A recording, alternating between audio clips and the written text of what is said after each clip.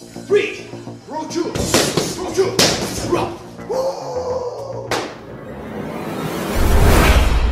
Well, natanong niyo rin ba mga idol kung makakaya pa bang makipagbakbakan ng isang 58 years old na boxer sa mga nakakabatang katunggalin niya sa laban na kasalukuyan ay hindi na aktibo sa paglalaro ng boxing. Although praktisado pa naman ang katawan nito dahil sa nakasanayan nitong workout sa boxing, well, mapapaisip ka na lang na makakaya pa ba niya talagang lumaban o di kaya mapapahamak lang siya. Well, halika pag-uusapan natin itong tinutukoy ko mga idol na walang iba kundi si Mike Tyson.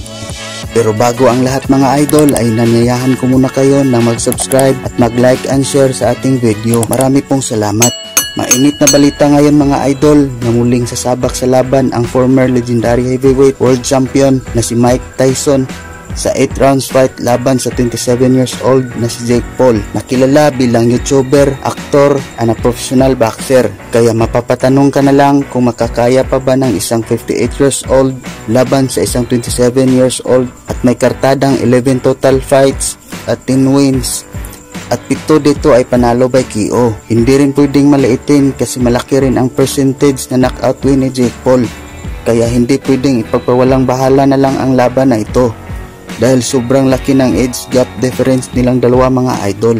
Kahit masasabi pa din natin na malakas pa rin si Tyson at solido pa rin ang kanyang katawan, ay iba pa rin talaga ang lakas at liksi ng isang 27 years old na boxer mga idol. Kaya halika silipin natin ang mga ilang laro ni Jake Paul at mga practice niya para sa laban mga idol.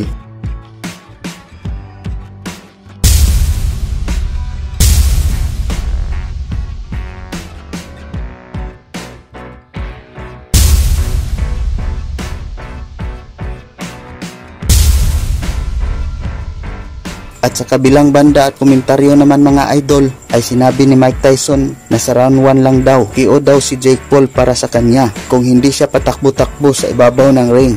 Magagawa kaya niya yan mga idol? Well, sa isang sparring fight niya ay durog ang kalaban niya mga idol na body shot. Talagang may power knockout pa si Tyson mga idol. Well, hindi natin may pagkaila mga idol noong era pa nga niya ay halos bagsak ang mga nakalaban. At dinig na dinig natin ang kanyang pangalan sa mundo ng boxing. Lalo na yung kinagat niya ang tenga ni Evander Holyfield. Natalo man siya sa laban ni Evander Holyfield dahil sa disqualification ay nakabawi naman kasi tanggal ang tenga ng kanyang kalaban mga idol. Well, of course, hindi maganda ang ginawa niya mga idol.